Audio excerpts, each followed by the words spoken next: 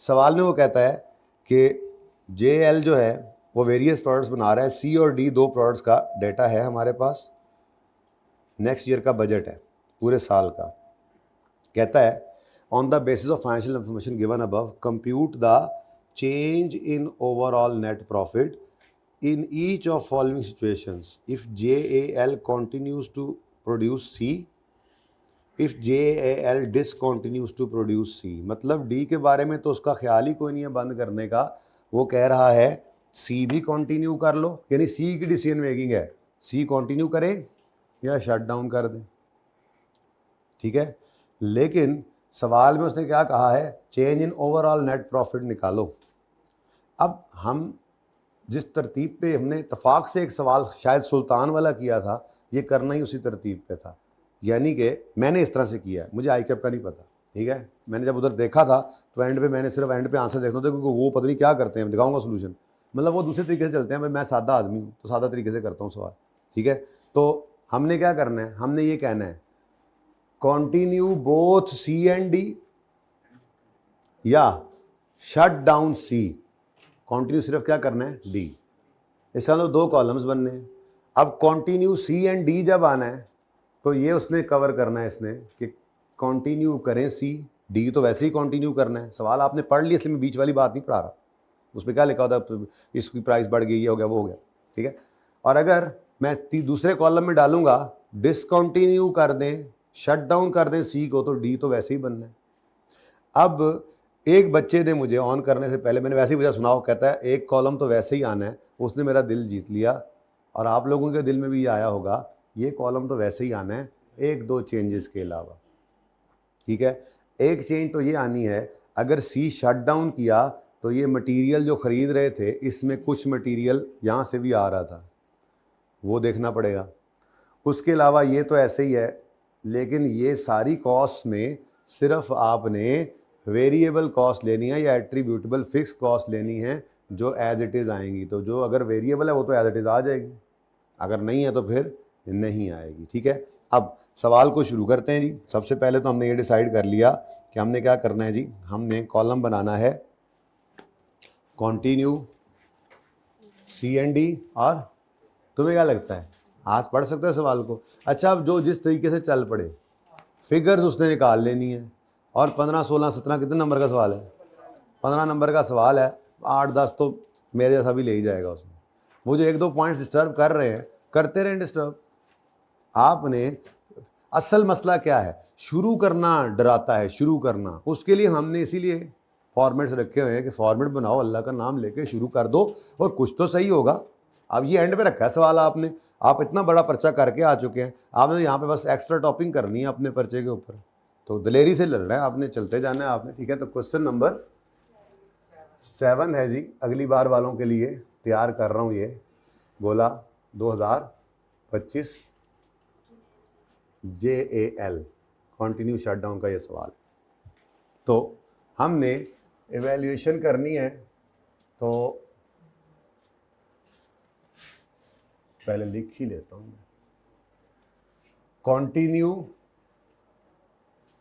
Continue C and D या shut down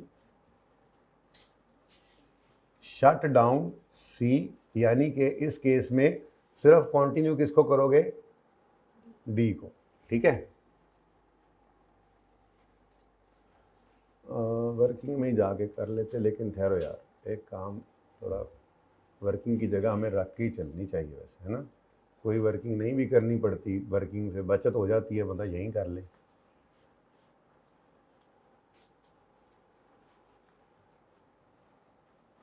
वह तरतीब ही ना खराब हो जाए आपको है ये क्या अभी बताया ऐसे तो कर ऐसे दिया।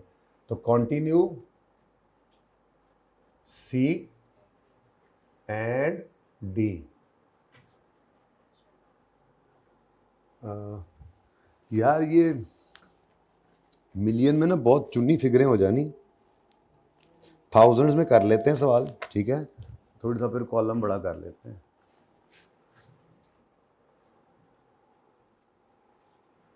मिलियंस में बहुत बड़ी गेम है ऑलरेडी, थोड़ा सा और कर लो। थाउजेंड्स में कर लेंगे सवाल, ठीक है। बस इसको थोड़ा सा संभालना है, परेशानी वाली बात कोई नहीं है, लेकिन थोड़ा सा होता है ना, मिलियन में डेटा है, 1000 में तो समझ नहीं आ रही, थोड़ा तसल्ली से इत्मीनान से। अच्छा वैसे आपस की बात है, आपने 2 बार सवाल को पढ़ा, मैंने क्लास पॉज करा के आपको पढ़ाया, फ़र्क महसूस हुआ है सोच में, समझ में? तो आपको बस ये समझने की ज़रूरत है कि मैं आपको फेल होने के तरीके यहाँ पर नहीं बताता, ठीक है। तो कहता हूँ 2 दफ़ा पढ़ो तो 2 दफ़ा पढ़ो कम अज़ कम।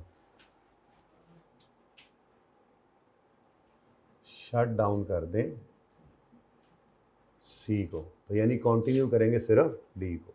रुपीज़ इन थाउजेंड्स, यूनिट्स ज़रूरत पड़ने पे लिखते रहेंगे, सवाल में गिवन है, ज़रूरत नहीं है, कोई बात नहीं, क्योंकि यहाँ पर फिर यूनिट्स बनते हैं 3 लाख और 2 लाख, 5 लाख, तो फिर वो अलग अलग हैं दोनों ही, तो इसलिए कोई ज़रूरत नहीं है। जहाँ ज़रूरत पड़ेगी कंटिन्यू शटडाउन की रिवीजन नहीं, आपने रिवीजन अभी उठ के गए हैं पेन लेने, पक्की बात है? हाँ भला आपने सवाल तो पढ़ा है, बैठो बैठो बैठो यार, मार्कर्स पता नहीं मिक्स हो गए हैं मुझसे, ये क्या इधर पढ़े। अच्छा जी, अब हमने रेलेवेंट बेनिफिट्स या रेलेवेंट इनकम्स क्या लेनी है, अब ज़रा सोच चलाओ अपनी, रेलेवेंट इनकम क्या होगी? हाँ जाहिर सी बात है, टोटल सेल रेवेन्यू, और क्या? अगर हम कंटिन्यू करेंगे तो सी और डी दोनों का रेवेन्यू आएगा, शट डाउन करेंगे तो सिर्फ डी का रेवेन्यू आएगा, ठीक है। तो टोटल सेल रेवेन्यू हमारी रेलेवेंट इनकम है, लेकिन एक छोटा सा मसला है, इधर तो माना 1000 ही आएगा सिर्फ, सॉरी ठहर जाना, 1 मिलियन लिखना है ना, 1000 तो उसने लिखा हुआ है मिलियंस में भाई, ये ठीक है, ये तो आना ही आना है, क्योंकि ये किसकी सेल्स हैं, और पूरे सवाल में कहीं पे डी की सेल को तो उसने नहीं छेड़ा। लो 1 नंबर आ गया मेरा, मतलब 1 या जो भी आधा या 0.5 या जिस तरतीब से उसे देना होगा हमें, वो खुद अब देखेगा कैसे नंबर देना है, सवाल तो हमने सही किया होगा। अच्छा खैर, अब इधर देखो, ये पॉइंट पढ़ो, कहता है बजट जब प्रिपेयर, ये क्या है, ये क्या है, ये क्या है, बजट नेक्स्ट ईयर। अब आपको पढ़ाने का फ़ायदा ये है कि मैं साथ साथ ही पढ़ता जाऊंगा, जो डेटा आएगा, सवाल आए, पॉइंट आएगा, वो करता जाऊंगा, ठीक है। वो कहता है नेक्स्ट ईयर बजट ये है जिसके अंदर सी में 50 मिलियन का प्रॉफिट नज़र आ रहा है। अब वो कहता है आगे से कि बजट प्रिपेयर करने के बाद एकदम से price of raw material used in C increased by, management believes that sale price cannot be increased by more than, इसका मतलब 5% इंक्रीज हो सकती है भाई। ये किसने निकाला था पॉइंट? गुड बच्चों, अगर सी कंटिन्यू होगा ना तो सेलिंग प्राइस 5% बढ़ सकती है, ठीक है। वैसे बाय द वे आप सेलिंग प्राइस पर यूनिट निकाल भी लें तो हर्ज नहीं है, वैसे सेल्स को भी अगर मिसाल के तौर पे यहाँ से सेलिंग प्राइस निकल सकती है, पर यूनिट कैसे निकलेगी? आप कहेंगे जी 12, अब मैं 1000 में चल रहा हूँ ना, बोलो, डिवाइड बाय 300 करना पड़ेगा, ठीक है। कितना आया? 4000। तो 4000 को 5% बढ़ाओ, 4000 को 5% बढ़ाओ, 4400 इंटू 3 लाख करो, 4200 इंटू 3 लाख करो, यूनिट्स तो उतने ही बिक जाएंगे ना। 1 टू 1260, 1260। अब ये 1260 ठीक है, मुझे ये चाहिए किसी जगह पे और, लेकिन ये 1260 क्या वैसे निकल सकता है? चेक कर लें, बोलो कैसे? अब ये मसला था, बात पूरी पढ़नी थी, छोटे छोटे मसाइल हैं, ठीक, छोटे छोटे मसाइल हैं। क्या मसला है जी? वो कहता है कि the sale price of C cannot be increased by more than 5% as presently the market is experiencing surplus, therefore management considering to stop, ठीक है। पूरी कहानी करने के बाद यहाँ पे आके कहता है C is also used internally for production of D, और an alternative कहाँ से पढ़ाऊँ इन द बजट इंटरनल? मुझे ये बताओ कि जो सेलिंग प्राइस बढ़ानी है, क्या अपने आप को भी बढ़ाकर चार्ज करेंगे हम? ऐसी कोई बात नहीं होती। तो ये थोड़ा सा एक कैच था इसके अंदर, हाँ, कि मुझे सेलिंग प्राइस पर यूनिट निकालनी ज़रूरी थी। वैसे आगे ज़रूरत थी, आगे भी ज़रूरत थी, लेकिन यहाँ पे क्यों ज़रूरत थी, मुझे इन 3 लाख यूनिट्स में से देखना पड़ेगा डी के लिए। लिखा हुआ है, आपने सवाल पूरा पढ़ा, मैंने नहीं पढ़ा। हाँ, वो नॉर्मल सेलिंग प्राइस पे, इस सेलिंग प्राइस पे ऑलरेडी उनको हमने इसके ऊपर बेचा हुआ है, यानी इसकी सेल में ये फिगर मौजूद है, इसकी कॉस्ट में मौजूद है, बिल्कुल ठीक है। लेकिन किस प्राइस पे, नॉर्मल पे। Let it be there. ये आपको इंक्रीमेंटल रेवेन्यू तो नहीं निकलना, अपने आप को बेचोगे तो एक का प्रॉफिट बढ़ाया तो एक का कम कर लिया, तो वो तो कोई फायदा नहीं है ना, इसलिए इसको छोड़ दो। मतलब हमें फिर तोड़ना पड़ना था कि हम डी के अंदर कितने यूनिट्स यूज कर रहे हैं सी के, और जो बाकी हैं वो कितने हैं। तो बाकियों पे 5% इंक्रीज सेल का लगना था, और इसके ऊपर 5% इंक्रीज नहीं लगना था। अब ये काम हमने करना है, ठीक है। ज़रा आप तसल्ली से पूरा पढ़ लें ताकि इसको फिर अप्लाई कर लें, 1 मिनट का काम है। अच्छा, C is also used internally for production of D. 1 unit of C is consumed in producing 5 units of D. अगर D के 2 लाख यूनिट्स बने हैं तो एक C कितने D में यूज हो जाता है, बिसाइड अदर मटेरियल्स। कह रहा है बिसाइड अदर मटेरियल्स, ये देखो, बिसाइड अदर रॉ मटेरियल्स, यानी बहुत सारे मटेरियल मिलकर D बनता होगा ना, तो C भी डी बनाने के लिए हम इस्तेमाल करते हैं। लेकिन एक C कितने D में यूज होता है, तो इसका मतलब 2 लाख D है तो डिवाइडेड बाय 5 करो तो 40,000 C भी इसमें इस्तेमाल हुआ है। तो ये वो मैं कह रहा था निकालो कि 40,000 यूनिट्स तो वो हैं जो आपको इंटरनल सेल है आपकी, जिसमें आप सेलिंग प्राइस नहीं बढ़ा सकेंगे। तो बाकी 2,60,000 के ऊपर आप सेल प्राइस बढ़ा सकते हैं। तो 2,60,000 यूनिट्स इंटू 4,000 इंटू 1.05%, और बाकी 40,000 इंटू 4,000 ही रहेगा। ठीक है, ये बात समझ आई या नहीं आई समझ, ठीक है।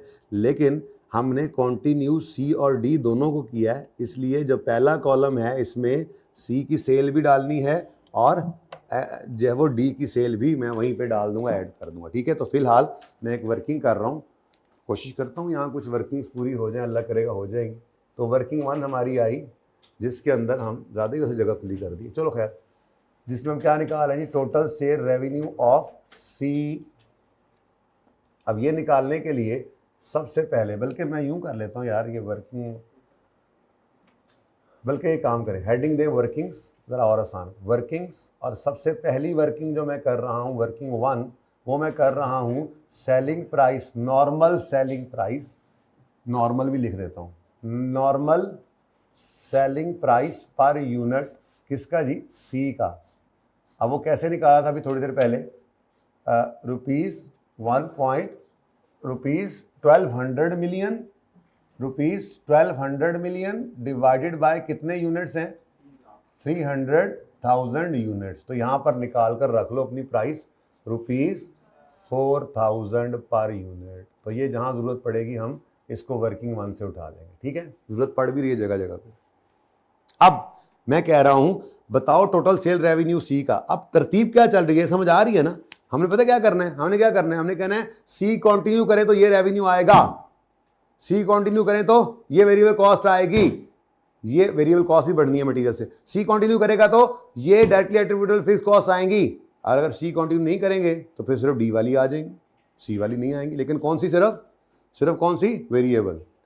आप खुद ही कहोगे कि यार हाँ, जिस तरतीब पे सीखा था काम, जैसे फॉर्मेट है, जैसे सिखाया गया था वैसे ही सवाल चलाते हैं, और हर दफा बच्चे ऐसे ही करते हैं, तो हमारा आधे से ज़्यादा इंशाल्लाह सही होना था, ठीक है। अपॉर्चुनिटी कॉस्ट वाला घुमाता है, तभी तो मैंने आपको करवाया नहीं है। जब 2 ऑप्शन है तो आसान की तरफ क्यों ना जाएं, आसानियाँ पैदा करनी चाहिए दूसरों के लिए भी, अल्लाह आपके लिए भी आसानियाँ पैदा करते हैं, समझ आ रही है ना। तो दूसरों को भी, लेकिन आप ना किसी को सिखाने लग जाना, जैसे जिसने पढ़ा हुआ वैसे पढ़ने देना उसको, हाँ, मत है उनको नवा काम पा लो, ठीक है। और इधर आओ, नंबर 2 क्या है जी, टोटल सेल रेवेन्यू मैं निकालने लगा हूं ऑफ C। अच्छा जी, अब टोटल सेल रेवेन्यू कैसे निकलेगा जी, हमने कहा जी इंटरनल सेल्स, ठीक है। ये देखो ना, ये मैंने सारा कुछ यहीं पे ही कर लिया है। इंटरनल सेल्स जो हैं वो कितनी है, ये देखो 200,000 डिवाइड बाय 5 करेंगे, ब्रैकेट लगा देंगे, ये वो 40 आ गया। लिखना चाहो तो लिख भी लेना, कोई मसला नहीं, लिख लेना, कहीं काम आ जाता है। 40,000 यूनिट्स, ये कितने के बेचने हैं? नॉर्मल सेलिंग प्राइस, ना ना ना 400 के। और ये तो इंटरनल है ना बेटा जी, ये इंटरनल है, ठीक है। और जो बाकी के 1,60,000 बचेंगे वो 400 की बजाय 400 कितना आपने बोला था, 4,000 है, तो 4,000 की बजाय 4,400 का बेच लोगे, ठीक है। वो 100 से निकल ही नहीं रहे, हम रिंग वाले सवाल से निकले ना। तो इधर देखो जी, इंटरनल सेल्स जो है, इधर देखना ज़रा 200,000 यूनिट्स डिवाइडेड बाय 5 किया हमने, तो हमारे पास क्या आ गया? 40,000, ठीक है। ये 40,000 यूनिट्स सी के जो हैं, ये हम बेचेंगे अपने ही दूसरे प्रोडक्ट के लिए, अपनी ही कंपनी को समझो, क्योंकि जाहिर है बाहर से भी तो खरीदना था। ये क्या लिखने का था यहाँ पे जी, ₹4,000 नॉर्मल सेलिंग प्राइस, नंबर 1 से आए। आंसर बताओ। 1,00,000। अच्छा, अब 1000 में ऊपर लिख दिया ना मैंने यहाँ पे, अब मुझे माफ कर दो, चलने दो, आपने लिखना है तो ऊपर लिख लो यहाँ पे ₹1000, ओके। हाँ जी, कितना? 1,00,000, ये 1000 में चल रहा है, ओके। सवाल मेरा किस में चलना है? अच्छा, उसके बाद जो बाकी सेल्स हैं उनको एक्सटर्नली सेल करते हैं ना हम, उन्हीं के बारे में कह रहे हैं कि 5% उसको बढ़ा सकते हैं, खुद को नहीं बढ़ा लेना, ठीक है। अब वो कितना है हम यहाँ पे कर लेंगे, चलो अच्छा ये लिख लिया।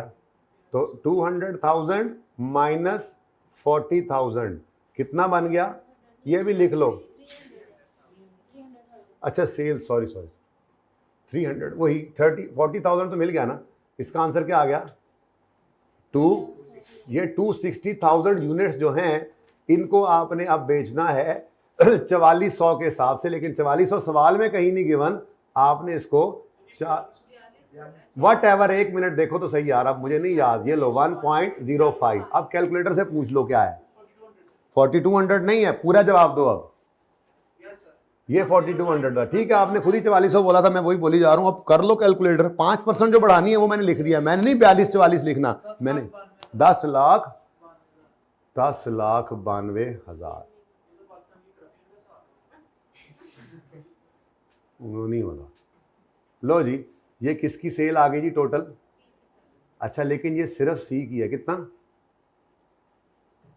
1 2, ये किसकी सेल है जी? सिर्फ। लेकिन पहला मेरा कॉलम कौन सा है? कॉन्टिन्यू सी एंड, इसका मतलब पहले कॉलम में 1 2 5 2 000। भाई बिल्कुल ये मैच नहीं करेगा सोल्यूशन स्टेप वाइज, लेकिन एंड पे आंसर मैच करेगा। हम अपनी तरतीब से सवाल कर रहे हैं, जहां समझना है मुझसे पूछ लेना। मैं कोई नई बात नहीं पढ़ा रहा, माजरत के साथ, मुझसे नहीं पढ़ाई जाती। मैं अब हर ICAP का हर शटडाउन वाला सवाल इसी तरह से ही होता है जैसे उसने इत्तफाक किया हुआ है, हमने तो कभी भी उसको नहीं देखा, ठीक है जी। वर्किंग 2 से ये आ गया, लेकिन ये सिर्फ सी है, डी एज इट इज बस ऐड कर दो, ताकि ये वर्किंग यहां पर शो कर दे आपको। यहां लिखा भी हुआ था, कितना आ गया जी?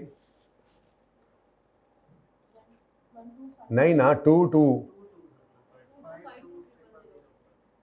1 मैंने ऐड किया इसमें, देखें ना, आप ही ऐसे ना करें आप।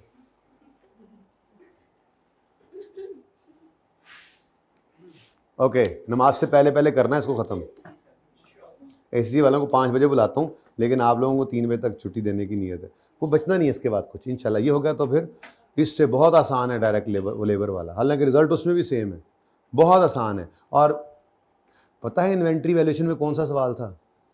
वो जो आपने शुरू में कार्ड्स नहीं बनाए थे, इन्वेंट्री कार्ड ही बनाना था। मिस्टेक क्या, मिस्टेक देख लेंगे, मिस्टेक क्या होता है मिस्टेक। अच्छा, टोटल सेल रेवेन्यू हो गया। नेक्स्ट चीज है जी कॉस्ट ऑफ सेल। अब देखो भाई, रेलेवेंट रेवेन्यू सिर्फ यही था सवाल में, आपने पढ़ा है, कुछ और नजर आ जाए तो कोई बात नहीं, मैं इसीलिए एहतियातन 1-2 लाइनें छोड़कर अगली हेडिंग लिखूंगा। मुझे नहीं पता अभी आप लोगों ने, मैंने बस ऐसे गो थ्रू किया था, बस ये है। बाद में फिर उसको जब कैलकुलेशन करके देखा तो ठीक है, अपना डिफरेंट होता है, वो आंसर मैच करता है, ठीक है, वो आने पे दिखाऊंगा। रिसेंट टाइम में जो भी सवाल होता है ना, कोई भी अगर सोल्यूशन आई कैब का जब देखते हैं ना, साथ ही जाकर देखते हैं, अभी तक कोई एक दो मैंने ख्याल छोड़ भी दिया हमने, नहीं आज सवाल ही पहला कर रहे हैं, तभी मैं कहूँ आज देखा नहीं, हम सोल्यूशन जाके देखते हैं। जैसे ऑप्टिमल वाले का देखा, नहीं देखा तो आप देख लीजिएगा, मैच करेगा, ये सोल्यूशन मैच करता है। वो रिसेंट टाइम में दिखा देता होता हूँ बच्चे को, क्योंकि वो चल रही होती है, बच्चा कहता है यार पेपर का सोल्यूशन भी सामने होता है, नॉलेज भी बच्चे के ना, ठीक है। अच्छा, अब मटेरियल के अंदर थोड़ा सा मसला है। क्या मसला है जी? सी के मटेरियल में तो कोई मसला नहीं है ना, है ना? सी के मटेरियल में ही तो मसला है, जिस मसले की वजह से ये सारा कटा खुला, कटा ही तो वही खुला था। 60% इंक्रीज हो गया सी का मटेरियल, ठीक है। चलो शुक्र है, डी के मटेरियल में कोई मसला नहीं है। अच्छा सुनो, सी एंड डी में तो कोई मसला नहीं है डी के अंदर, लेकिन अगर आप शट डाउन कर रहे हैं सी को, तो जो 40,000 इधर यूज हो रहा था, अब वो बाहर से लेना पड़ेगा, और वो उसका रेट डिफरेंट है। आपने भी बताया आपका 1 किलो या 1 यूनिट 4,000 का है, और उनका 1 किलो या 1 यूनिट जो है वो बाहर से 4500 का मिल रहा है, तभी तो आप अपना यूज कर रहे थे, ठीक है। तो ये भी बड़ी आसानी से वर्किंग हो जाएगी, कोई मसला नहीं है। वैसे ये भी टेक्निकल वर्किंग है, बट वेरी आसान। तो मटेरियल कॉस्ट लेते हैं, अगर हम कंटिन्यू करें सी को, तो क्या बनेगा? सिर्फ ये 500 इंटू कितना हो जाएगा? 1.6, ठीक है, मटेरियल कॉस्ट। बल्कि यहीं पे ही निकाल लेते हैं दोनों। Working number 3, material cost, if material cost निकालनी है जी, अगर हमने कंटिन्यू करना है बेटा जी, अगर कंटिन्यू करना है ना सी को, अगर कंटिन्यू करना है सी को, तो फिर महंगा मटेरियल खरीदना पड़ेगा, तभी कंटिन्यू होगा ना। मसला तो यही पड़ा है। तो कंटिन्यू करोगे तो मटेरियल 60% महंगा आएगा। तो कितना मटेरियल है जी? मैं कहता हूं मटेरियल इफ कंटिन्यू, मैं यूं लिख देता हूं आपकी आसानी के लिए, continue C and D, material cost ही आपको पता है, चलो लिख दो यार मटेरियल। असल में ना वो कंजूसी चल रही होती है इस वक्त, पता है आपको, बोर्ड की लालच चल रही होती है कि सारा सवाल किसी तरह से इनके सामने आ जाए, लेकिन मैं खप जाता हूँ। Material cost C if continue C and D, ठीक है। आगे ना मैं इधर भी वर्किंग करना चाह रहा हूँ, वैसे वर्किंग्स हैं कितनी कुछ उस्ताद, ठहरो, उधर रखो, मुझे एक दफा पढ़ तो लेने दो यार। यार खुला डुल्ला सवाल करो यार, हद हो गई यार। मटेरियल कॉस्ट पता लगे एंड तक जाके मसला पै जाए, कोई बात नहीं, इधर भी आइटम्स थोड़े हैं, ये जगह भी बच जाएगी इंशाल्लाह। मटेरियल कॉस्ट कब जी? अगर कंटिन्यू करते हैं सी एंड डी, अगर ये दोनों को कंटिन्यू करते हैं तो मटेरियल कॉस्ट क्या आएगी? हमने कहा जी सी की मटेरियल कॉस्ट जो है ना जी, वो कितनी है जी गिवन? हम तो 500,000 लिखेंगे ना यार, हम 1000 में चल रहे हैं, फिर परेशानी होती है, इनटू 1.6, ठीक है। कितनी कॉस्ट हो गई? 8 लाख। खुला खुला इधर आके लिखो, खुली जगह। लेकिन डी की क्या रहेगी? ये ऐसे ही मैंने उधर भी करना था, सॉरी यार, असल मुझे करना चाहिए था यहाँ पर ही मैं ऐड कर देता डी को, चलो खैर मैंने वो जरा डिफरेंट तरीके से कर दिया, मुझे माफ़ भी करते रहना। यहाँ पे लिखना चाहिए था टोटल सेल रेवेन्यू, ऐसे ही लिखना चाहिए था। लिख लो, अभी भी मौका है, ये समझ आ रही है? चलो ठीक है, अच्छी बात। लेकिन मुझे नहीं मज़ा आ रहा, एक तरतीब पे पढ़ रही है ना चीज़, 1 मिनट लगेगा हैं, 1 मिनट लगेगा, अल्लाह के नाम पे 1 मिनट दे दे बाबा।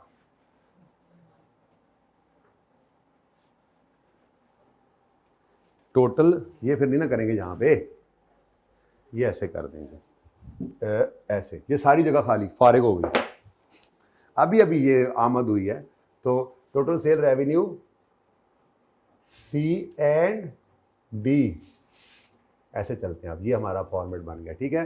तो ये जनाब सी का रेवेन्यू हो गया, total sale revenue of C, और total sale revenue of D आ गया 1 मिलियन। तो आपने 225200 लिखा था, वहाँ पे ब्रैकेट में किया था, तो देखो ना मैंने वो जगह इसीलिए छोड़ी थी इस वर्किंग के लिए, लेकिन अब ये इधर जेन बन गया। तो ये जनाब आपका टोटल सेल रेवेन्यू आ गया, वर्किंग नंबर 2 से देखकर। ठीक है, समझ आती है बात की। नेक्स्ट, उसके बाद हम बात कर रहे थे जी मटेरियल की, तो वही तरतीब, अब एक तरतीब पड़ जाती है ना बेटा, फिर वो बंदा उसी हिसाब से चलता जाता है, वो इजी होता है। इसलिए मैंने ये काम किया। माजरत आपको अगर तकलीफ हुई है, खां साहब को ज़्यादा हुई है। तो material cost, if C and D वाला केस है, कंटिन्यू हो, तो मटेरियल कॉस्ट क्या आएगी जुनैद भाई? माजरत यार, ठीक है, आप वो वाली कॉपी कर चुके थे, आप वो कॉपी कर चुके थे, साथ साथ कॉपी ना करो, पिक्चर लेना। ये पहली बार मैं ज़िंदगी में कर रहा हूँ सवाल क्लास में, तो आप फिर देख लो, इस पर तो रिस्क है ना। अच्छा सुने, मटेरियल कैसे लिख रहे थे पहले? अच्छा भला लिख रहे थे, हाँ, सी का जी कितना है जी? 500,000 था इंटू 1/6, तो प्रोडक्ट सी का मटेरियल जो है वो 5 लाख का था, लेकिन इसी ने आकर मुसीबत डाली थी और ये 8 लाख पे आप बोल रहे थे चला गया। लेकिन डी का तो वैसे ही है, 4 लाख का ही है, क्योंकि कंटिन्यू हो रहा है सी, इसलिए ये 4 लाख का है। 12 लाख हो गया, चूंकि कंटिन्यू हो रहा है सी, मैं बार बार बोल रहा हूँ, क्योंकि सी कंटिन्यू हो रहा है इसलिए डी का मटेरियल 4 लाख का ही है। और अगर सी शट डाउन हुआ तो डी के मटेरियल में कुछ ना कुछ चेंज तो आएगा, क्योंकि 40,000 यूनिट्स जो हम अपने सी के उधर फेंक रहे थे, वो बाजार से खरीदने जाएंगे तो वो 4,000 के नहीं 4500 के मिलने, थोड़ा सा फर्क आना है। अब इसमें 2-3 अप्रोचेज होंगी, जैसे कहोगे कर लेंगे। फिलहाल तो एक लाइन छोड़कर एहतियातन मैंने लिखा यहाँ पर रेलेवेंट कॉस्ट। तो रेलेवेंट कॉस्ट में क्या आ गया जी? मटीरियल कॉस्ट, पूरा पूरा लिखा है, खुला खुला ऐसे। वर्किंग नंबर 3 कितनी है जी मटीरियल कॉस्ट? अगर दोनों चलें तो 12 लाख, और अगर सिर्फ सी चले तो सॉरी सिर्फ डी चले तो, समझ जाओ ना, सी शट डाउन हो जाए तो ले लूँ 4 लाख, जैसे ऊपर सेल ले ली थी 4 लाख, ले लूँ ऐसे ही 10 लाख सेल ले ली थी ना, मटीरियल भी ले लें, अहमद ले लें। क्यों क्यों शट डाउन सी को कर रहे हैं तो डी को क्या तकलीफ होगी मटीरियल में? डी उससे बनता है। इधर आओ फिर दोबारा देखो, C is also use internally for production of D, 1 unit 5 D में यूज होता है। Beside the raw material an alternative material available at 4500 per unit can be use in place of C. यानी अगर हम सी बंद कर दें तो एक अल्टरनेटिव मटीरियल इसकी जगह यूज कर सकते हैं अपने डी में, लेकिन वो कितने का मिलेगा? 4500 का। अब in the budget, internal transfer of C for production of D has been recorded at normal selling price of C and is included in units sold of C। यानी इस सेल के अंदर, यूनिट सोल्ड के अंदर वो शामिल हैं, ठीक है, और ये इसमें भी रिकॉर्डेड है बजट के अंदर। इसकी सेल में पड़े हैं, इसकी कॉस्ट में पड़े हैं। ये तो मसला कोई नहीं था, इसलिए 400 पड़ा रहने दिया, इसीलिए इस सेल को छेड़ा भी नहीं था हमने, देख लो इंटरनल सेल को। लेकिन मसला ये है अगर सी बंद कर दिया, मसला है कि नहीं? चलो, तो इसका मतलब इसकी वर्किंग कर लेते हैं कुछ ऐसा। अच्छा, अब इसमें ना एक तरीका क्या है, मैं कहता हूँ जी मिसाल के तौर पे डी इंक्लूडिंग सी कितना है? 400 है, 4 लाख है ना। इसमें से पहले आप क्या कर दें, लेस कर दें 40,000 इंटू 4,000, और फिर ऐड कर दें 40,000 इंटू 4500। क्या आंसर आता है जी? 16 लाख। 1,60,000 होगा ना? 1,60,000 ऐड कितना कर दें? 1,80,000। ठीक है, तो क्या आंसर आया?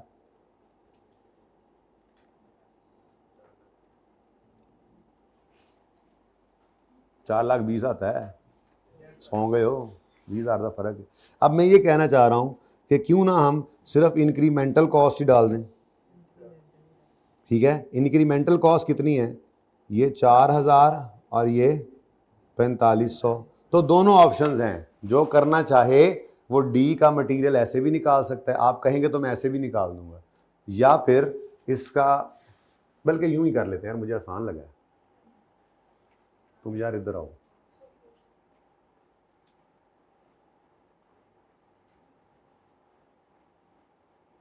क्या पता बाद में जगह तंग पड़ जाए, बाद से फिर खड़े होइए, फिर जुनेद ने लड़ना भी है, ठीक है। ऐसे ही अब खुले खुले चल रहे हैं। अच्छा जी सुने, अच्छा जी बहुत सिंपल सी कैलकुलेशन है, इंक्रीमेंटल से भी कर सकते हैं और जैसे किया वैसे भी कर सकते हैं। क्या पसंद करेंगे?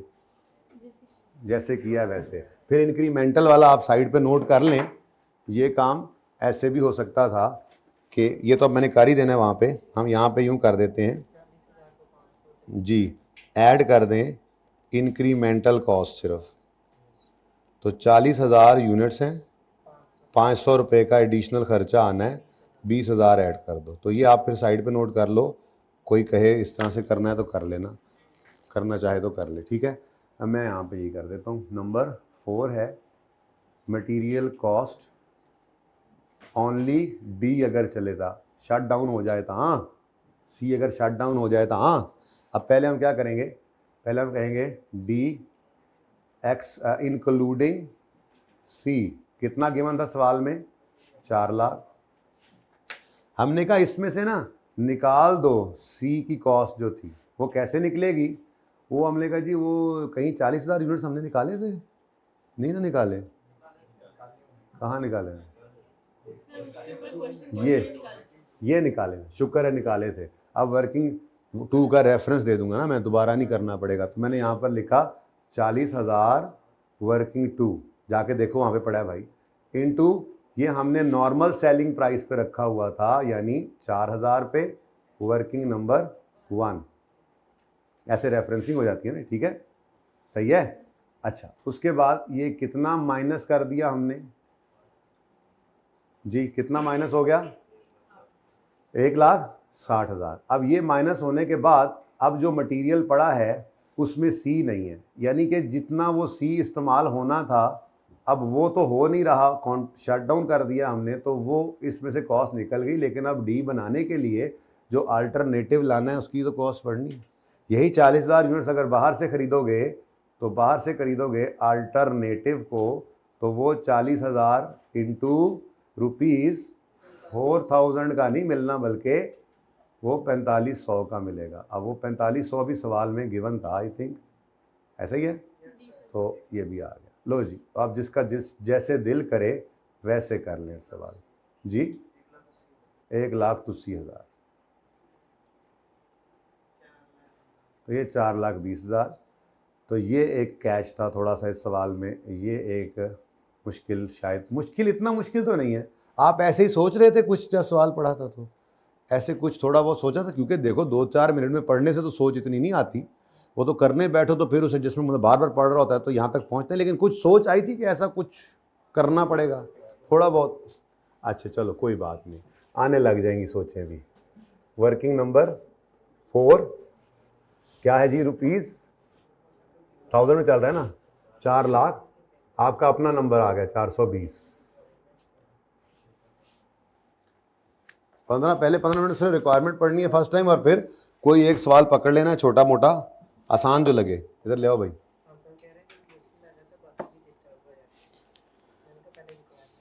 हाँ जी, लो जी, direct labour is paid at 250 per hour and each labour works an average of 200 hours per month.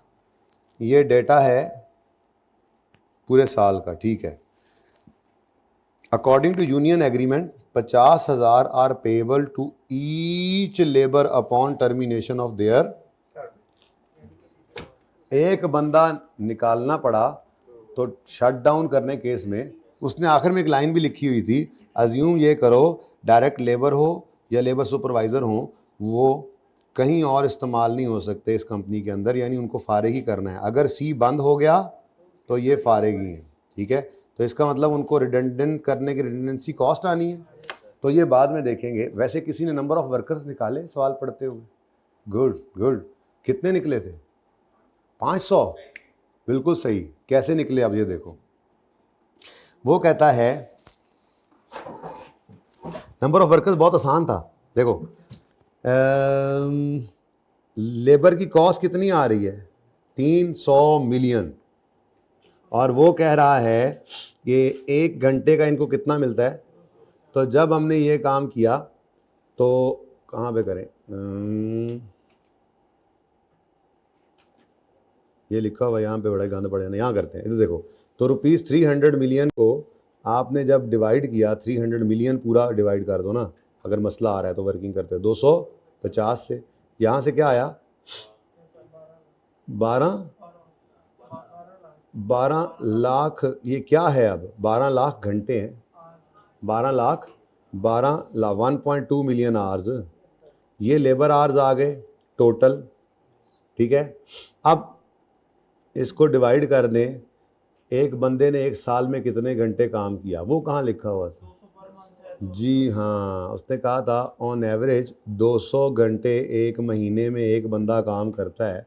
तो इसका मतलब ये हुआ कि 200 इंटू 12 करेंगे तो 2400 घंटे आ जाएंगे। तो यहाँ से भाई 500 वर्कर्स मौजूद हैं। ये क्यों निकालने पड़े हमें, मुसीबत क्यों पड़ी है? उस जालिम ने टर्मिनेशन पेनल्टी पर वर्कर दे दी थी। एक वर्कर को फारिग करना है तो 50,000 देना है, तो 500 वर्कर्स को फारिग करना है तो। अच्छा, अब अगली बात सुनो, ये लेबर कॉस्ट जो है इसके बारे में क्या ख्याल है? ये लेबर कॉस्ट सी और डी कंटिन्यू करें तो कोई चेंज हो रही है? अगर सी और डी कंटिन्यू करें तो ये लेबर कॉस्ट यही रहेगी। सी और डी कंटिन्यू करें तो लेबर कॉस्ट सेम रहेगी। बोलो कितनी आएगी? 570। और अगर सी को डिसकंटिन्यू करेंगे तो ये 300 नहीं आएगा, सिर्फ 270 आएगा। ऐसा ही है, लेकिन इस वजह से एक टर्मिनेशन पेनल्टी आ जाएगी। खत्म कहानी। ये सवाल है, लेकिन अप्रोच अपनी काम आई। पता नहीं आएगा कोई सोल्यूशन, एक बार देख लेना अगर दिल करे तो। मुझे नहीं मसला, मुझे कोई मसला नहीं। तो डायरेक्ट लेबर की बात हो रही है जी। डायरेक्ट लेबर में कोई वर्किंग खास नहीं है, इसलिए मैं यहीं पे कर देता हूँ ये डायरेक्ट लेबर। इधर देखो बच्चों, डायरेक्ट लेबर सी की कितनी है? सी की कितनी है डायरेक्ट लेबर? 3 लाख। और डी की कितनी है? 2,70,000। तो ये टोटल कितना बना? अगर सी और डी दोनों चले तो ये आएगी लेबर कॉस्ट, और अगर सिर्फ सी चले तो ये आएगी लेबर कॉस्ट। लेकिन इस केस के अंदर एक चीज और निकालनी पड़ जाएगी, पेनल्टी। तो सीधा रखें भाई, जिंदगी सादी रखें, क्या मसला है? सीधी सीधी बात करो ना। अब कोई यहां पर कट्टी फिगर निकालने बैठ जाएगा, क्या कट्टी फिगर निकालनी है? दो स्टेप्स में कर लो। ठीक है, अब उसने आखिरी लाइन अभी तो पढ़ाई है, ये जान छुड़ाई थी उसने आपसे, इतना आसान कर दिया सवाल को। उसने कहा था कि जो भी लेबर है, जो सुपरवाइजर्स हैं, एक वाले दूसरे पे इस्तेमाल नहीं हो सकते, बस उन्हें घर ही भेजने हैं हमने, तो हमें घर भेजने दो उन्हें। ठीक है जी। अच्छा, अब यहाँ पर क्या आ जाएगा जी?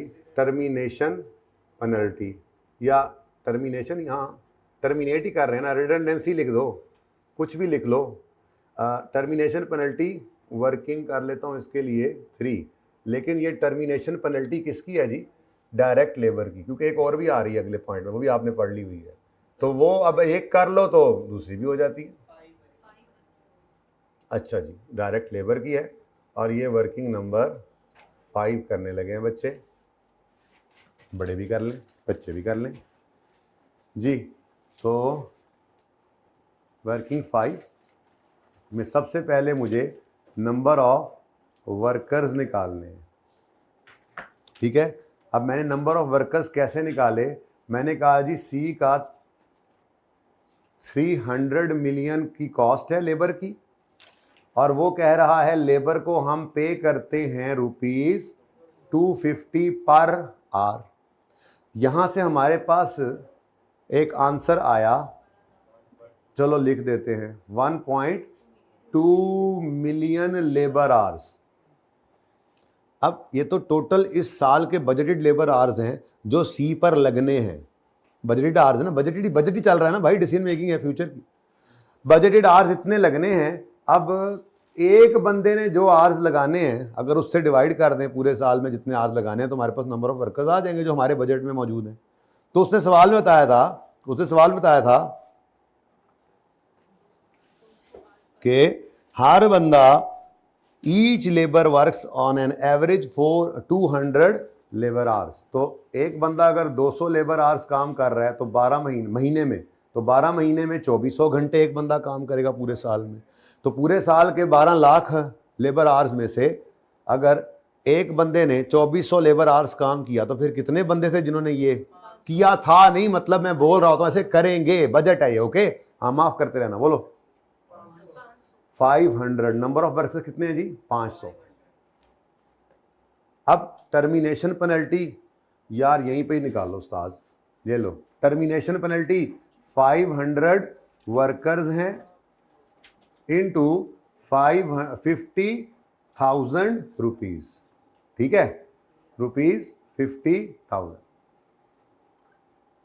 लो जी, अब ये कहां से निकाला आपने? 500 वर्कर्स वर्किंग नंबर 5 में। लेकिन इधर देखो, अगर सी कंटिन्यू होगा तो ये पेनल्टी अभी दिखा के आ रहा हूं फॉर्मेट, रिडंडेंसी कंटिन्यू में नहीं होती, सिर्फ शटडाउन में होती है। हमारी अप्रोच यही है। अब आई के का सोल्यूशन देखोगे ना तो वो क्या कहेगा, अगर सी शटडाउन हुआ तो आपको ये कॉस्ट पड़ जानी है। ठीक है, सॉरी, उसने कहना है कि अगर सी कंटिन्यू करे तो ये कॉस्ट सेव हो जानी है, शटडाउन करे तो ये नहीं सेव होनी। हम ऐसे क्यों देखें यार? पहले मुश्किल से समझ नहीं आ रही है, मैं फोरगोन की है भाई।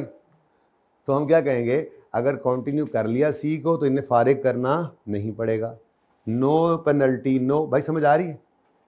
और अगर हमने सी को शट डाउन कर दिया तो फिर हमें ये रिडंडेंसी कॉस्ट पड़ेगी कितनी? 25,000। 5 बस राइट था मैंने, 25,000 रुपीज की पेनल्टी आ। ठीक है, और उससे आगे सवाल और भी आसान है। सवाल बस इससे आगे तो कुछ भी नहीं है, वो नंबर मार्किंग स्कीम में देख लेना। ठीक है, लो जी, पॉइंट 2 भी हो गया। पॉइंट 3 देखो, कहते हैं 80% of indirect labour represents salaries of labour supervisors. 1 labour supervisor is required for every 10। तो अगर 500 वर्कर्स हैं बजट में तो डिवाइड बाय 10 करो, 50 सुपरवाइजर्स हैं। वो कहता है इधर देखो, अगर आप सी को कंटिन्यू कर रहे हो तो समझ लो कि 80% इस 40 का जो है वो सुपरवाइजर्स की सैलरीज हैं, जो कि कितने हैं? 50। कितने हैं? अच्छा, कहता है service of a labour supervisor can be terminated on payment of, इसको फारिग करने का 1 लाख, तो 10 लाख कॉस्ट आ गई। क्या ख्याल है? टर्मिनेशन। लेकिन कहता है बाकी सारी रिमेनिंग कॉस्ट क्या है? अब इनडायरेक्ट में जो 20 है वो मेरे लिए रेलेवेंट ही नहीं है, क्योंकि वो फिक्स तो है पर इंक्रीमेंटल नहीं है। ठीक है, तो बस सिर्फ इस 80 को पकड़ना है। ठीक है, अब हम आएंगे, हम 40 को लगाएंगे 80%, 40 को लग गया 80%, प्लस 30 को भी लग गया 80%। ये पहले वाला केस जो होगा जिसमें दोनों कंटिन्यू हो रहे हैं, और अगर शट डाउन हो रहे हैं तो फिर सिर्फ इस वाला उठा लेंगे। ठीक है, और लेकिन टर्मिनेशन पेनल्टी भी डाल देंगे। ठीक है, तो इनडायरेक्ट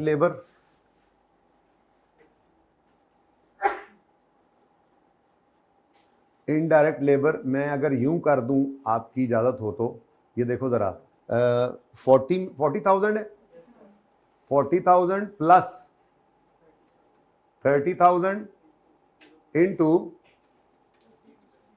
इंटू 80%। हाँ 80 श्योर, वेरिएबल 80 है, बाकी फिक्स है ना। ठीक है, तो ये वेरिएबल कॉस्ट हमारी क्या होती है? रेलेवेंट। तो अगर हम कंटिन्यू करें, देखो जिंदगी आसान है बेटा, कंटिन्यू करें तो इसका 80% कितना? 56,000 कॉस्ट आएगी। और अगर हम शट डाउन करेंगे तो फिर सिर्फ 30,000 का 80% आएगा। शुक्र है जगह छोड़ी थी भाई, बहुत सारा। हाँ 80 जी, कितना? हाँ 44 कैसे हो सकता है? अच्छा, मैं भी कमा यार, मतलब हद होगी यार, वैसे ज्यादा है तो। हाँ जी सही है, कंटिन्यू करो तो ये सुपरवाइजर्स को पैसे देने पड़ेंगे, सी और डी वाले दोनों। शट डाउन करें तो सिर्फ ये देने पड़ेंगे, सी वालों को पैसे ये वाले नहीं देने पड़ेंगे, लेकिन घर भेजने का खर्चा आएगा। खर्चा कितना आएगा? टर्मिनेशन पेनल्टी है। अब आप कहोगे यार इस सवाल में क्या निकला क्या है? अच्छा, आप में से बहुत सारे बच्चे, मुझे बड़ी उम्मीद है अल्लाह की राह से कि कम से कम सोच इस तरह से ज़रूर रहे थे। अब 3-4 मिनट आपको दिए थे पढ़ने में, तो 10 मिनट भी पढ़ते रहो तो मसला कोई नहीं था, क्योंकि जब होने पे आना था तो इसने 5 मिनट में होना था। मकसद है कि आपको कई बच्चे ऐसे सोच ज़रूर रहे होंगे, क्योंकि ये सुल्तान से भी मिलता जुलता सवाल था। हमने उसमें भी आई कैप ने पता नहीं क्या किया था, हमने अपनी तरतीब पे रखा था सवाल को। हमने कहा था सबको कंटिन्यू कर लो या एक को निकाल दो, यहाँ पे भी वैसे ही किया। ठीक है, तो बोलो जी, टर्मिनेशन पेनल्टी कैसे निकालेंगे? इधर देखो, 500 वर्कर्स थे, कहां से मिला ये 500? रेफर कर दो ना फिर। 500 वर्किंग 5 वाला मैंने उठाया है, ठीक है। इसको डिवाइड करो 10 से, तो क्या आता है जी? जो भी आता है, मेरे ख्याल में उसकी मुझे फिर जरूरत तो है कोई नहीं। इसको ₹100,000 से मल्टीप्लाई करो तो कोई टर्मिनेशन पेनल्टी नहीं, और 5,000 की टर्मिनेशन पेनल्टी इधर आ जाए। अब रह गए था ये फ्यूल, पावर, रिपेयर, और ऊपर एक रह गया था। तो फ्यूल एंड पावर के बारे में कहता है 90% वेरिएबल है, मतलब 10% फिक्स्ड है। तो फ्यूल एंड पावर 50 + 40। असल में अप्रोच इजी है बेटा, सवाल इजी नहीं था। आप सोल्यूशन देखें, आप उस रिजल्ट का कोई मसला नहीं है, उस रिजल्ट का ऐसा ही होना बनता था। जब ये सेविंग लेनी पड़ती है, ये मसले आते हैं, ठीक है। लेकिन एक अच्छी बात जो थी अहमद ने आइडेंटिफाई की कि अगर वो ये कह देता ना कि बी में भी यूज़ हो सकती है लेबर, तो फिर थोड़ा और टेक्निकल हो जाता। लेकिन उस जैसे सवाल हमने किए हुए हैं, ये उन जैसा था ही नहीं। 1-2 सवाल मुश्किल थे, बाकी तो फिर वो पहले वाले ही मुश्किल लगे थे। फिर वैसे ही जिम्बाब्वे आई थिंक सबसे मुश्किल था, लेकिन उसके बाद फिर चीज़ें वैसे ही ट्रैक पे पड़ गई, क्योंकि उसके बाद बंदा कहता है अब इससे भी मुश्किल कुछ हो सकता है, होता नहीं है, उससे आसान निकल आता है फिर है जी। फ्यूल एंड पावर है जी, दोनों का बताओ कितना है? 50 + 40, इसका 90%, 81,000 कॉस्ट आएगी अगर सी और डी दोनों चलें, और अगर सिर्फ डी चले तो 40 का 90% कॉस्ट आएगी। अब इसमें मसला ही कोई नहीं था ना, मसला तो सिर्फ उस मटेरियल में था कि जब सी बंद करते थे तो इसके मटेरियल में मसला आ रहा था, या सी कंटिन्यू करें तो उसके, तो ये था बस। उसके बाद रेलेवेंट कॉस्टिंग प्रिंसिपल्स थे। चूंकि हमारी तरतीब सीधी थी तो ज़िंदगी आसान होगी हमारी। सीधी तरतीब, आधे नंबर तो मिल ही जाते हैं, और थोड़ा आसान सवाल हो जाए तो ज़्यादा भी मिल जाते हैं, ठीक है जी। उसके बाद कौन सा है? रिपेयर एंड मेंटेनेंस ना 2 तरह से था, तो यूँ कर लेते हैं, repair and maintenance. Repair and maintenance मशीनों वाला तो होता ही वेरिएबल है ना जी। मशीन जितनी ज़्यादा चलती है, बारिश जितनी ज़्यादा होती है, पानी उतना ज़्यादा, मशीन जितनी ज़्यादा चलती है उतनी ज़्यादा रिपेयर करनी पड़ती है, ठीक है। तो रिपेयर एंड मेंटेनेंस मशीनरी की, वो कहता है जी, पहली बात है कितनी? 20 + 10 30, ऐसा ही है।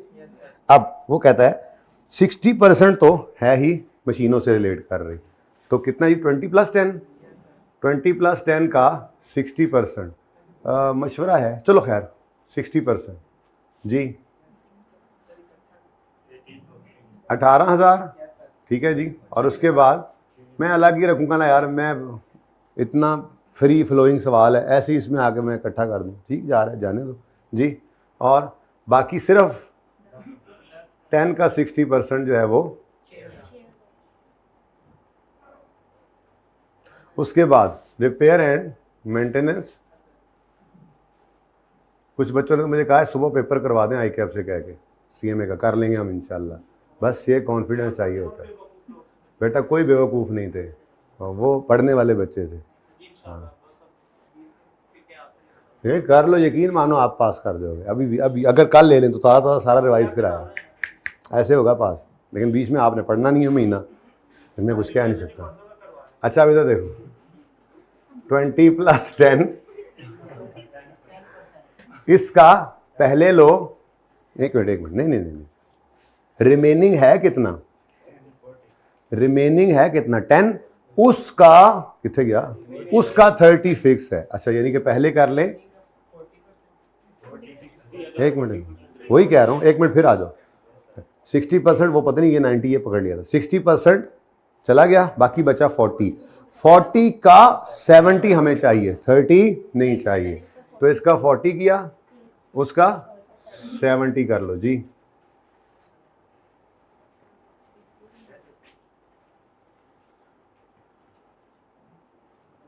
बोलो 30 का 40% कर लो, कैलकुलेशन की हो गया जे 8400 20 की हो गया जे, हैं की करन लग गए हो,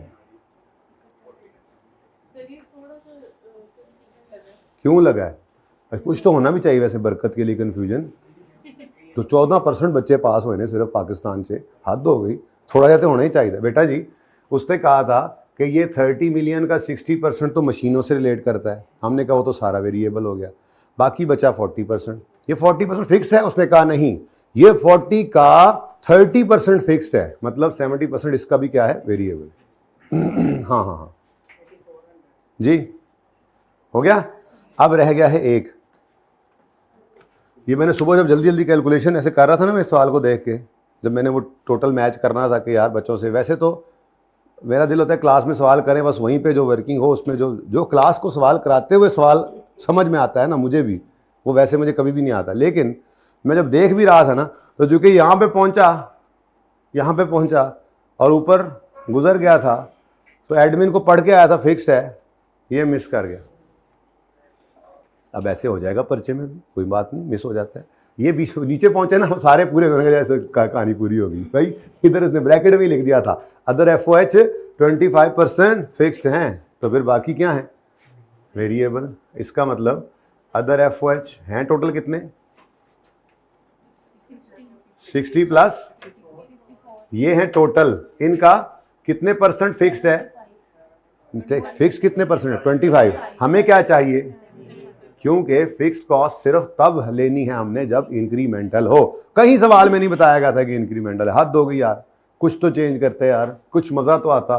पता नहीं फिर भी बच्चे कहते हैं मुश्किल मुश्किल मुश्किल। इस बार रिजल्ट पता नहीं 34% आया, नहीं क्यों, पता नहीं किस सवाल को लेके बैठे हो, देख रहे हो आप कौन से सवालों को लेके बैठे हो।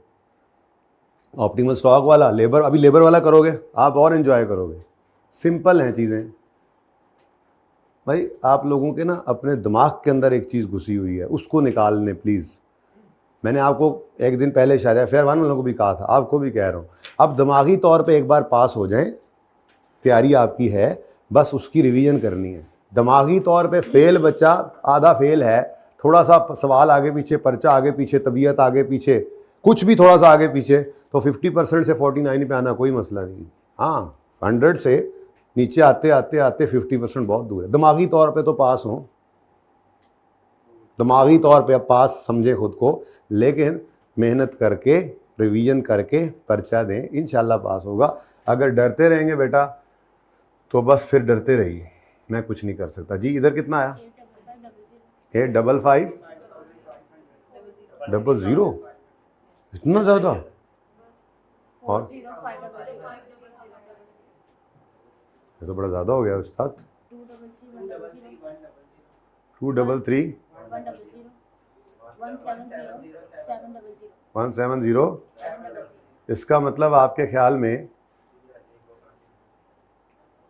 क्या करना चाहिए, C और D को, यानी कि C को कम्प्लीटली शट डाउन नहीं करना चाहिए, लेकिन उसने ये मांगा नहीं हमसे, ठीक है। उसने अब आप रिक्वायरमेंट पढ़ो, मेरी रिक्वायरमेंट ही पूरी हो गई है इत्तेफाक से, नेट रिजल्ट ही मेरी रिक्वायरमेंट है। क्या कहा था उसने, जरा पढ़ो ना, ऊपर इफ से नहीं, ऊपर से रिक्वायरमेंट शुरू हो रही। तो क्या है जी, अभी नेट प्रॉफिट था 50 + 46 यानी 96 मिलियन। क्या चेंज होगा ओवरऑल प्रॉफिट में अगर C कंटिन्यू हो, तो वो पता नहीं कितना था 90, हमने तो फिक्स कॉस्ट ले ली। बहरहाल उसने रेलेवेंट कॉस्टिंग की बेस पे कराना था, तो इन दोनों के बारे में बोला। क्या चेंज है ओवरऑल प्रॉफिट्स में।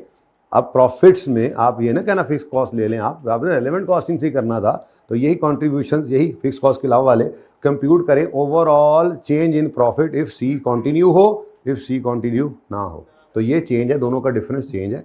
अब इसका वैसे डिफरेंस तो लें ज़रा, 6 to, या अल्लाह खैर।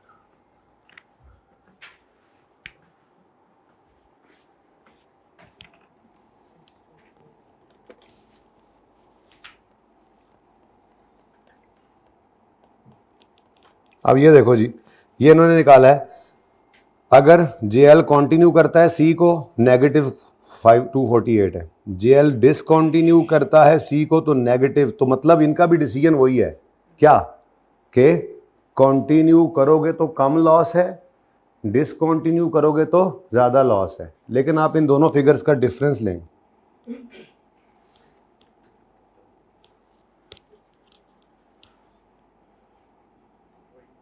नहीं वही नहीं, फिगर बताओ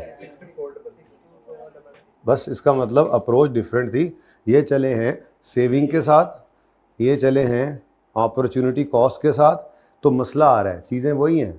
उसने कहा इंक्रीज़ इन सेल कितना है, मैंने सारी सेल ले ली।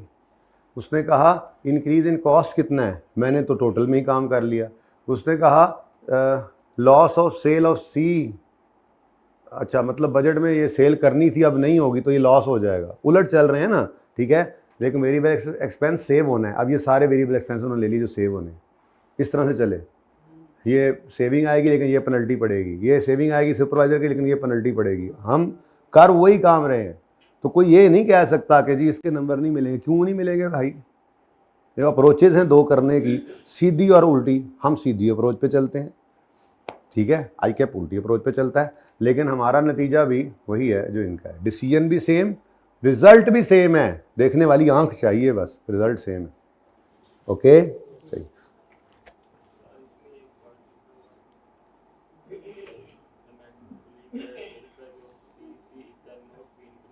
जी जी जी, वो ये कह रहा है 5% से ज़्यादा नहीं बढ़ा सकते क्योंकि अब कंपटीशन बढ़ा है, 5% ही बढ़ा सकते हैं। तो वो बढ़ा के भी हमने ले लिया, ये 5% ही तो बढ़ाया है सेल को। कितने गई ये, सिर्फ यही बढ़ा सकते, इससे ऊपर नहीं बढ़ा सकते, वरना इससे ऊपर बढ़ाते तो हो सकता है डिस्कंटिन्यू का ख्याल ही ना आता। मटेरियल बहुत महंगा हो गया है, लेकिन सेल प्राइस उतनी नहीं बढ़ा सकते क्योंकि मार्केट में कंपटीशन बहुत ज़्यादा है। ठीक है भाई, इस पर तस्वीर को लॉक करें और ज़रा कमेंट्स को पढ़ लेते हैं, तब तक तस्वीर को वहीं लॉक करें। सोल्यूशन देख लिया ना आपने, बट टोटल इसने कैसे पुट किया, इधर देखो, तो जैसे हमने भी शो किया क्योंकि रिक्वायरमेंट थी ऐसी। उसने ये बोला भी नहीं कि बताओ कंटिन्यू करे या ना करे, तो पुट हो गई ना रिक्वायरमेंट। बेटा बिल्कुल ऐसे ही है, डिफरेंट नंबर्स ही हैं। आपके ए और बी दो पार्ट्स ही तो हैं, ये दो पार्ट्स ही तो किए हैं मैंने। कंटिन्यू करें सी को, कंटिन्यू करें डिसकंटिन्यू करें सी को, यही है। नहीं नहीं नहीं, आप बिल्कुल इसको इकट्ठा करें, कोई मसला नहीं है, बिल्कुल ऐसे ही करना है। और कैसे करना? जी जी बिल्कुल ऐसे ही करना। क्वेश्चन का बस ध्यान रखना, कहीं वो इकट्ठा ना शुरू हो जाएगी सफ़े से दूसरा। अच्छा जी, लें जी, एक और 14% वाला गया। क्या है भाई, तुम्हें क्या था, बच्चों ने क्या किया? इम्पैक्ट ऑफ इंक्रीज इन, पढ़ लीजिएगा आप डाउनलोड करके। यहाँ से क्या करूँ? 2 मिनट नहीं आप मेरे पास, तुम अपना 1 मिनट लगा के डाउनलोड करके अपने पास रखो और हर बार पढ़ना जब भी कभी ये सवाल करना, ठीक है?